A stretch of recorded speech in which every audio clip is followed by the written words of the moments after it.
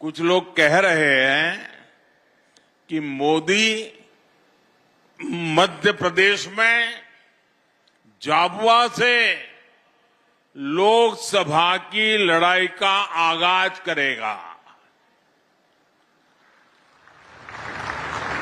मैं बताना चाहता हूं कि मोदी लोकसभा चुनाव के प्रचार के लिए नहीं आया है। मोदी तो सेवक के तौर पर ईश्वर रूपी एमपी की जनता जनार्दन का आभार मानने आया है। मध्य प्रदेश में विधानसभा के नतीजों से आप पहले ही बता चुके हैं, लोकसभा के लिए आपका मूड क्या रहने वाला है। एमपी ने ये भी बता दिया है कि भाजपा सरकार की डबल इंजन सरकारों के प्रति जन समर्थन लगातार बढ़ रहा है।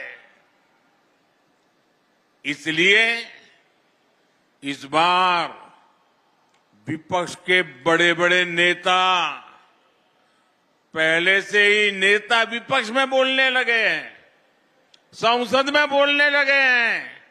24 में 400 पार, 24 में फिर एक बार, लेकिन इसके पहले मध्य प्रदेश की जनता ने विधानसभा चुनाव में जो हमें भारी जन समर्थन किया है, हमारे इतने सारे साथियों को विजयी बनाया है। आपने हमारे पर जो विश्वास रखा है ना,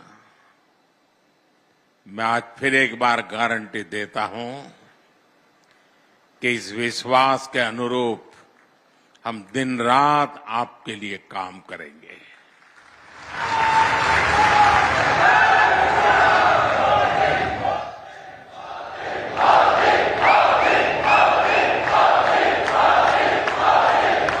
साथियों, कुछ दिन पहले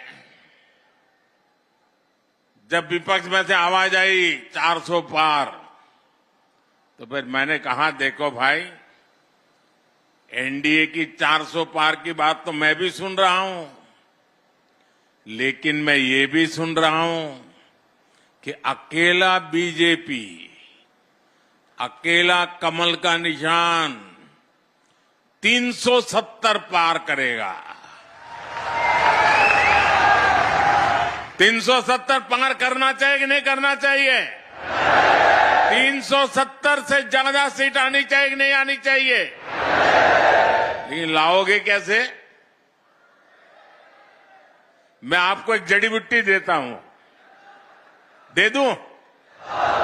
मैं पब्लिकली जड़ी बूटी दे रहा हूं। देखिए, आपको बस आज से यहां से जाकर के एक ही काम करना है, ज्यादा नहीं, एक ही काम। क्या काम करना है? पिछले 3 चुनाव में आपके यहां पोलिंग बूथ में क्या रिजल्ट आया था, वो निकालो। पोलिंग बूथ में कमल पर कितने वोट पड़े थे, उसका हिसाब निकालो। निकालोगे? 3 चुनाव का निकालोगे? फिर उसमें जिस समय सबसे ज्यादा वोट मिले हैं, उसको जरा लिख लो कि इस पोलिंग बूथ में पिछले चुनाव में 3 में ये सबसे ज्यादा वोट मिले थे। लिख लोगे? जरा जवाब दीजिए, लिख लोगे? फिर आप तय करना कि अब जो ज्यादा से ज्यादा वोट बूथ में मिले थे, उसमें इस बार 370 नए वोट जुड़ने चाहिए। करेंगे? यानी आपके पोलिंग बूथ में जितने वोट ज्यादा पहले मिले थे उसमें इस बार मेहनत करके 370 वोट ज्यादा लाना है।